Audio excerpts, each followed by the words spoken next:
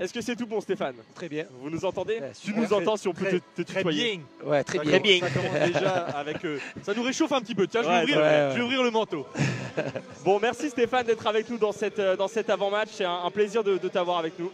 Ben, merci à vous de l'invitation. C'est toujours un plaisir de venir près de la pelouse. Bah oui. Plus on se rapproche de la pelouse, plus on est heureux. Hein. Bah oui, Donc, surtout pour un coach. C'est ça, exact. Bon Stéphane, on vous présente brièvement, on te présente brièvement, pardon, entraîneur des U19 nationaux de l'Estac. Tu es depuis, c'est ta deuxième saison au club, je crois. C'est ça, Ouais. c'est ça. L'année dernière avec les U17. U17. Voilà. Donc cette année avec les U19 nationaux, en pleine préparation du 16e de finale de Gambardella, demain face à Clermont. C'est ça. Comment on se sent la veille d'un match important? Ben, très excité, envie d'y être. C'est vrai qu'on a fait la dernière séance ce matin avec les joueurs, mise en place. C'est vrai que ça a une saveur particulière. Tout au long de la semaine, on a mis un fil conducteur pour les sortir du championnat et rentrer dans cette Coupe Gambardella, qui est vraiment, comme on leur dit, c'est la plus belle compétition avant le monde professionnel. Il faut qu'ils en profitent un maximum. Bah oui.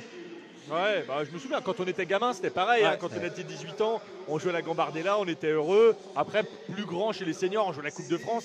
C'était les premiers tours à notre niveau, mais voilà, ça a une valeur particulière. Donc je pense que pour les jeunes du club, c'est aussi important, surtout qu'il y a quelques années, 2018, si je ne dis pas de bêtises.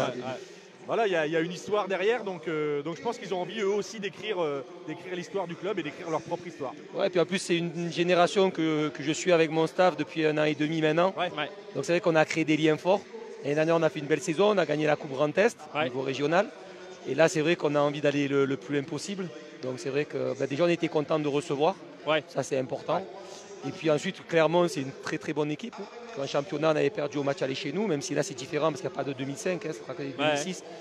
Mais je veux dire vraiment, on est content et puis on a hâte d'être demain à 11h au stade Henri Terré. Je fais un peu de pub. Si des gens veulent venir nous supporter, ça ferait bien. Bien sûr. Clermont d'ailleurs, est-ce que c'était pas la dernière défaite de votre équipe? Est-ce que depuis, il n'y a pas eu 10 matchs sans défaite? Ouais, ça fait 3 mois. Nous, on compte en mois. En fait, on a eu un début assez difficile parce que c'était prévisible, parce qu'on jouait très jeune.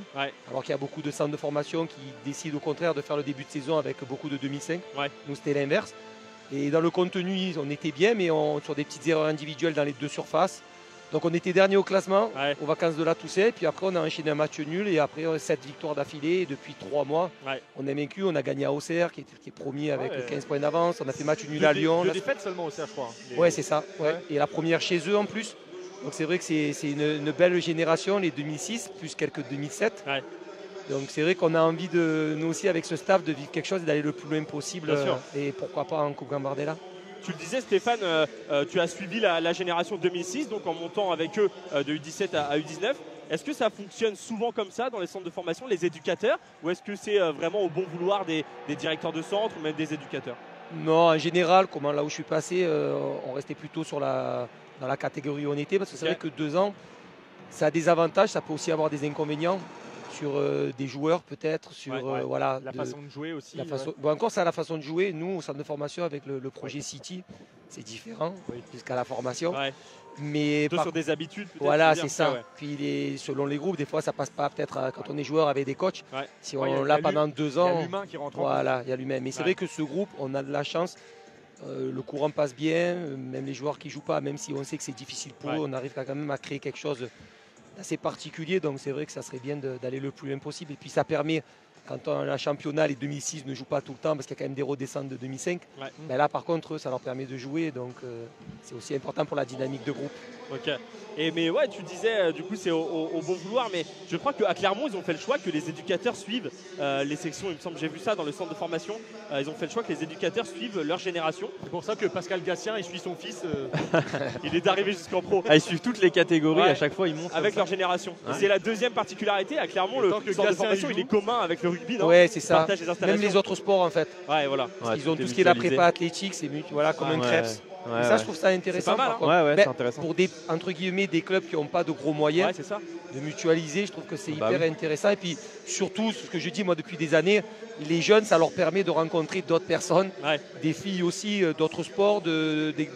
Alors que là, les garçons, ils sont toujours entre footeux, entre mecs. Et je trouve que c'est aussi intéressant d'avoir cette ouverture d'esprit. Moi, Stéphane, j'ai une petite question à te poser. C'est coach U19, comment tu te positionnes vis-à-vis des jeunes? Là, tu n'es plus sur des petits bébés. tu commences à avoir des gamins qui commencent à avoir des années d'expérience, qui se projettent, qui vont aller chercher le contrat pro. Est-ce que ton rôle, c'est de l'accompagner, de finir de les former, mais tu n'es plus vraiment dans la formation? Est-ce que tu as aussi un enjeu où certains, tu les rediriges encore de poste, tu les changes parce qu'ils ne sont pas encore bien définis dans leur rôle et dans leur statut? Comment tu te positionnes vis-à-vis des jeunes de cet âge-là? Parce que c'est vraiment un âge barrière, le U19. Ouais. Oui, et puis en plus, on a plusieurs cas. On a les joueurs qui déjà jouent en N3, mais jouent avec nous. Ceux qui, même comme Ivan Titi, qui commence à faire une apparition et qui est sur le banc avec les pros, qui peut être amené à jouer avec nous. Ça peut être, peut-être que demain, il sera là. Et en fait, c'est là il faut garder le côté formateur. Moi, je pense que souvent, l'erreur aujourd'hui de faire débuter très jeunes les joueurs, c'est qu'en fait, on oublie la post-formation et après, on se rend compte qu'il y a des manques. Donc, c'est important dans le club d'avoir un relais et de continuer à faire de la formation tout en ayant conscience que le résultat et le côté compétitif est primordial, hein, parce que c'est ce qu'il faudra toute leur carrière, ce sera ça. Bah oui, c'est ça. Donc en fait, c'est vraiment la passerelle. Et en plus, bon, on le sent, hein, la plupart, ils ont 18 ans, ils commencent à avoir le permis, les contrats arrivent. Là, ça y est, c'est vraiment l'âge barrière. Le contrat pro.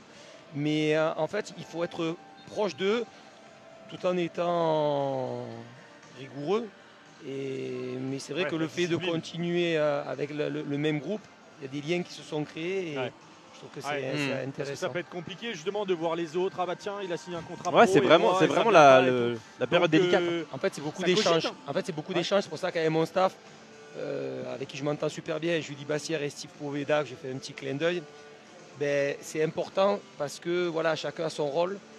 D'aller échanger avec eux, s'ils ne jouent pas, c'est de leur dire que peut-être que même des fois c'est morphologique. Mais il faut juste attendre. Les parcours ne sont pas les mêmes. Il y a des joueurs qui jouent très jeunes, il y en a, ça va être plutôt vers 20 ans. Et en fait, c'est beaucoup discuter, beaucoup échanger. Et c'est souvent, ce qui est important, comme je dis, c'est souvent ce qui fait la différence entre un formateur et un coach. Parce que le formateur, on prend encore du temps, on donne des explications. Coach, tu n'as plus le temps, tu dois être directement dedans. Non, parce qu'il n'y a que la victoire. Le mois d'après, c'est le résultat, là. On ne sait pas où on sera, s'il n'y a pas le résultat. Alors que là, la formation, on a encore un peu ce temps. Et il faut la faire accepter parce qu'en plus, les jeunes d'aujourd'hui sont de moins en moins patients. Et les parents, les agents. Le projet Mbappé, hein. On le voit de plus en plus, ça sort sur les réseaux où les éducateurs ils pètent des câbles parce que les parents ils sont omniprésents. Et tu le disais dans une interview récemment, justement, aux collègues de la com à l'Estac, tu disais la semaine je suis formateur et le week-end je deviens coach. C'est particulier ça, c'est-à-dire que le week-end, le résultat prend le dessus et on oublie un peu le côté long terme, moyen terme. Oui, c'est ça, exactement, parce qu'en fait, autant en U17, non, je restais vraiment le formateur, même le week-end. Mais là, en U19, j'ai fait quelque chose il y a 15 jours qui m'était jamais arrivé. J'ai fait rentrer un joueur et au bout d'un quart d'heure, je l'ai ressorti. C'est dur. Après, j'ai eu des explications avec lui, on a échangé, on a fait des retours vidéo, mais je ne peux pas lui mentir parce que ça sera ça aussi le haut niveau. Donc c'est la différence, quelque chose qu'on ne fait pas chez les tout jeunes, mais qu'il faut commencer aussi à les habituer parce que, comme je leur dis souvent, ça va être leur métier. Et je dis, les gars... Et ça peut arriver quoi. Ben oui, ça peut arriver. Comme, je veux dire, on a eu des cas. Hein. Moi, souvent, je prends l'exemple de Mandanda, qui était titulaire à l'Olympique de Marseille, capitaine. Pour nous, c'était l'emblème de l'Olympique de Marseille. Un nouveau coach arrive, il met un autre gardien. Et c'est comme ça. Ça fait partie du métier. Et des jeunes, il faut commencer aussi à habituer. C'est délicat, mais c'est tout l'enjeu de ce poste de formateur sur des catégories qui deviennent élevées en âge et où les enjeux changent. Est-ce que peut-être on peut dire un petit mot sur ton parcours, un parcours un peu atypique, Stéphane, et notamment autour du beach soccer? C'est vrai que j'ai découvert ça en préparant un peu cette interview où tu as été un pionnier, voire même un taulier du beach français, sélectionneur, joueur. Comment tu es arrivé à rentrer dans le beach et à finir en équipe de France, même sélectionneur? Le ballon. Ah non, arrête, je vais me blesser. Comment t'es arrivé là du coup? Oula, c'est... On va faire court, on n'a pas trop de temps. Je vais la faire très rapide. Je travaillais au département sur les plages du Prado. Il y avait un championnat d'Europe de beach soccer avec les frères Canto. Match des All-Stars, Jamel Debbouze, Joe Star. Et il manque un joueur, il manque une star. Et une personne qui travaille avec les Canto dit écoutez, il y a Stéphane François, il est super bon, je l'ai vu dans le sable. Il est chaud. Parce que moi, depuis tout petit, je jouais chez moi dans le sable tous les étés. Et en fait, je rentre. Et là, retourné acrobatique, débute. Eric Cantona qui est dans la tribune. Il dit mais c'est qui ce jeune? J'ai fait le venir s'entraîner. Comme quoi, vous voyez. Et je fais un entraînement, un premier tournoi. Et ma première compétition, Rio, première Coupe du Monde FIFA. à Copacabana 2005. Incroyable.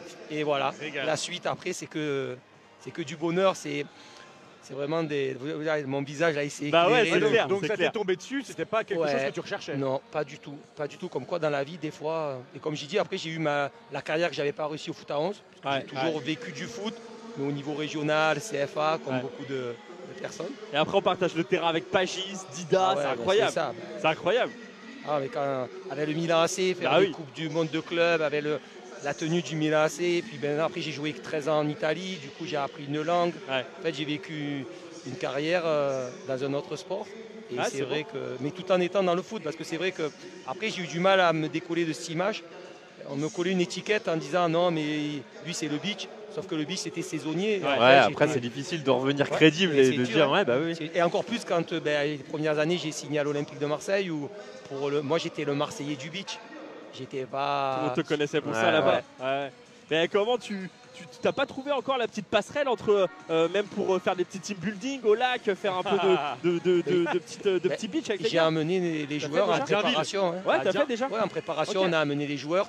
Et moi, parce qu'à l'époque, pour la Fédé, j'essayais de développer aussi ce sport. J'allais dans les clubs, les bienfaits du sable pour le footballeur. Au Brésil, jusqu'à l'âge de 10 ans, ils font du futsal, du footy-volley, du beach soccer. Et c'est qu'à partir de 10 ans, qu'ils se dirigent vers un des sports, puisqu'ils peuvent vivre de ça là-bas. Et je sais que les bienfaits du sable, Mika Pagis, il est arrivé, il avait 36 ans et au bout d'un an, il me dit putain Steph, tu sais quoi, j'ai progressé techniquement.